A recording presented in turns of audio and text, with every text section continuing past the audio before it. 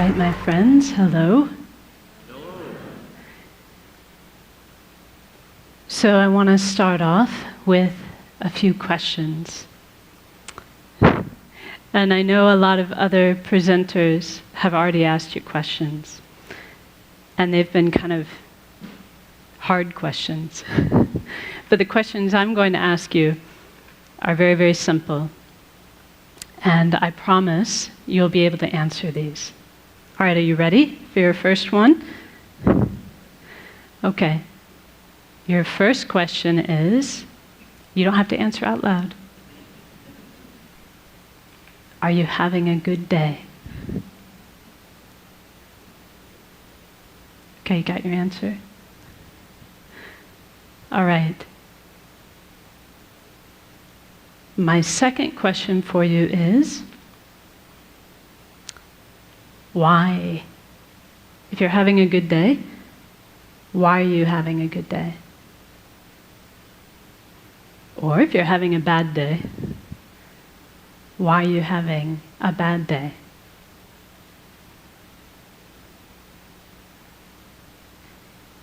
So I have one more question for you. This should be the easiest one of all. My last question is, tomorrow, would you rather have a good day?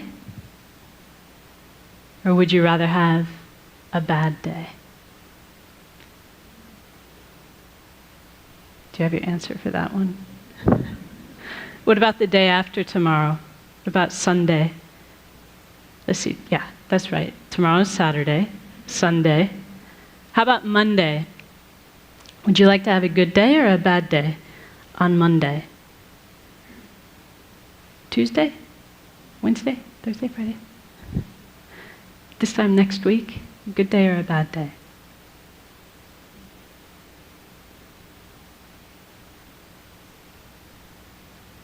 So that last question, like I said, is probably the easiest one for us to answer. Because we know the answer to that, don't we? We want to have a good day, every day. Did anyone in the room answer, yes, I want to have a bad day on Monday? Of course not. We all want to have a good day, every day.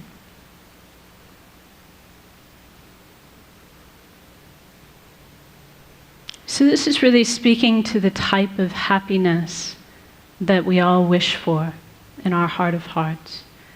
We have a good day when we are happy. And we want to be happy every day. There's never a day when we don't want to be happy.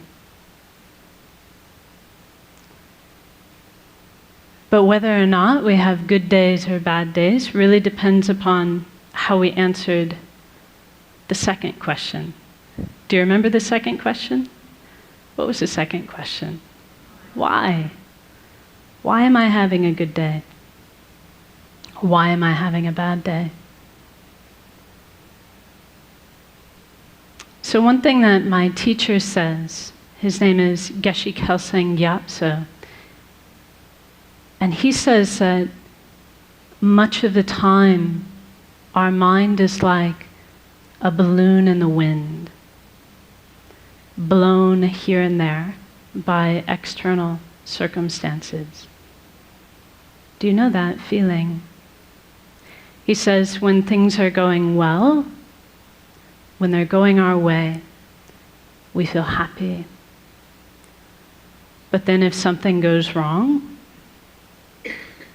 for example, he says if we're forced to work with a colleague that we dislike. But I'm sure none of you have colleagues you dislike, right?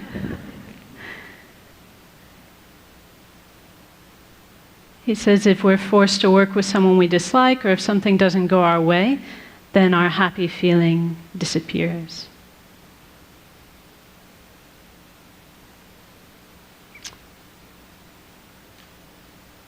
So as long as our answer to the question, why am I having a good day, or why am I having a bad day? Because, this is a question people ask us, like maybe when you get home today. someone will go, well, so how was that TED thing? Did you have a good day? And we'll say, yeah, I did. There was this lady, and she talked to us about how we need to be compassionate towards former inmates, and there was this performer who did this awesome beatboxing thing with his mouth, and this person and that person. As long as our reasons for why we had a good day are a list of external conditions, then we're not going to have the stable happiness that we all want. Does that make sense to you? Because if that's what our happiness depends upon, because we cannot control people and circumstances every single day, then our happiness will be in the hands of others, won't it? It'll be at the whim of our circumstances. So if you really wish to have a good day every day, we've got 2 things we need to do. So the first thing that we need to do is we need to stop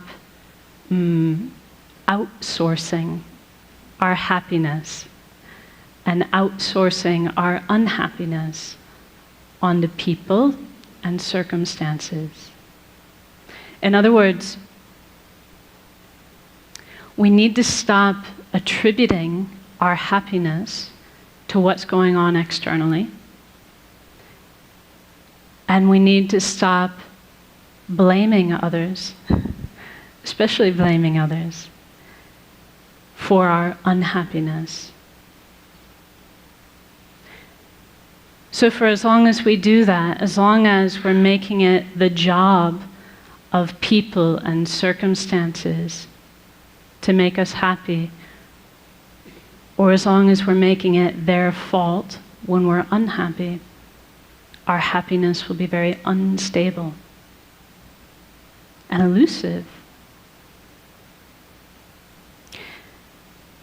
Our second job is to actively cultivate a source of peace and a source of happiness coming from inside our own mind. So here's something I want you to commit to memory.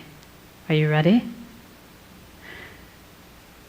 This is another line from one of my teacher's books where he says,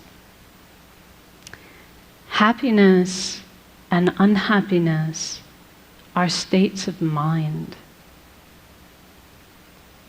and therefore their real causes cannot be found outside the mind. So if we have a peaceful state of mind, we will be happy regardless of people and circumstances. If our mind is unpeaceful or agitated, then even if we have very good circumstances, we'll find it impossible to be happy.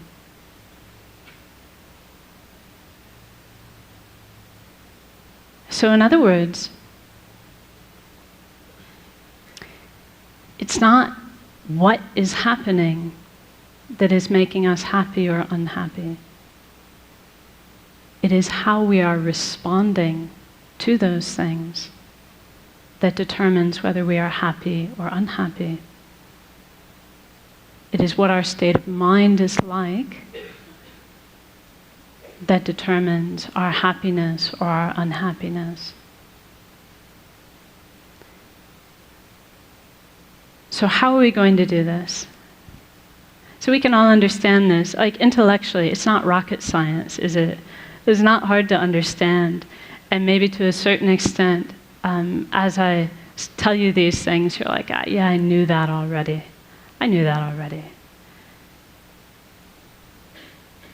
But how do we actually do it? How do we actually cultivate this stable peace of mind that we can rely upon regardless of the external circumstances? So this is really where meditation comes into play. And I would say I would need a whole other TED Talk, hint, hint,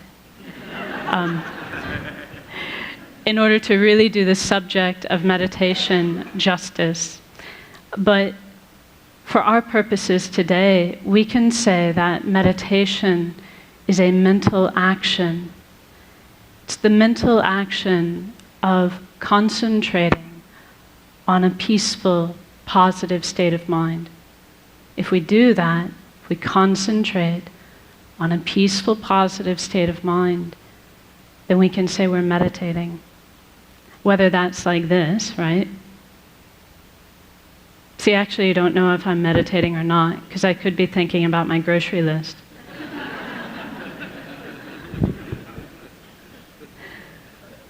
It's only meditation if I'm actually focusing on a positive, peaceful state of mind. But the trick is, I can do it like this. This is called formal meditation. But we can also learn to do this all the time in our daily life.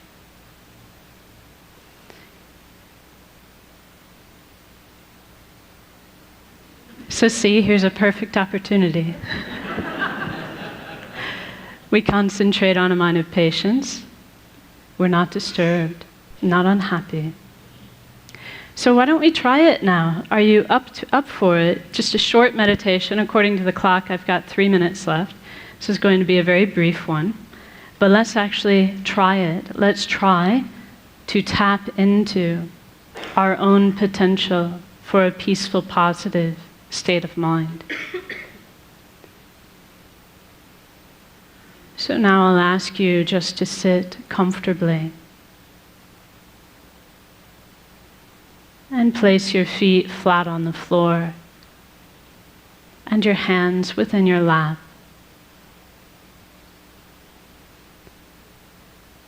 And then you can lightly close your eyes and become aware of the sensation of your breath at the tip of your nose.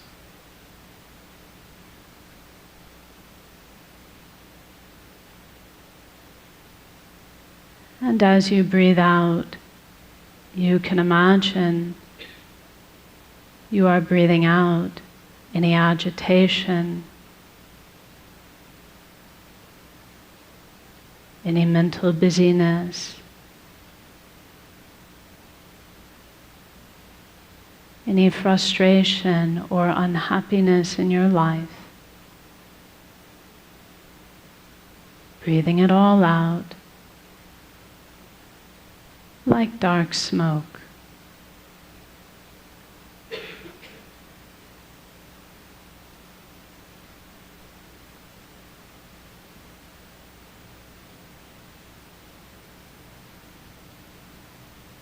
And as you breathe in, you can imagine and believe that you are breathing in a clear, bright light,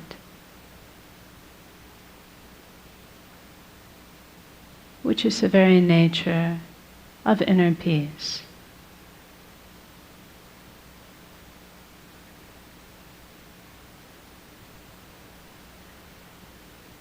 And you can imagine that this clear, bright light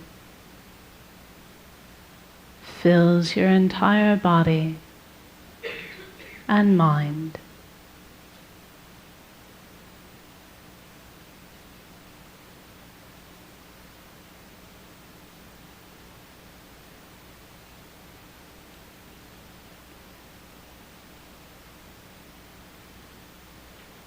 And for a few seconds, simply enjoy this inner peace coming from within.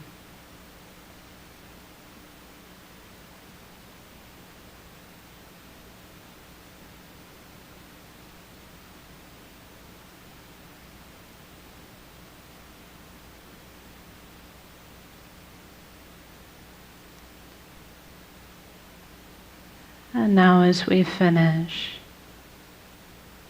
just be determined to bring this inner peace with you into the rest of your day to benefit yourself and others.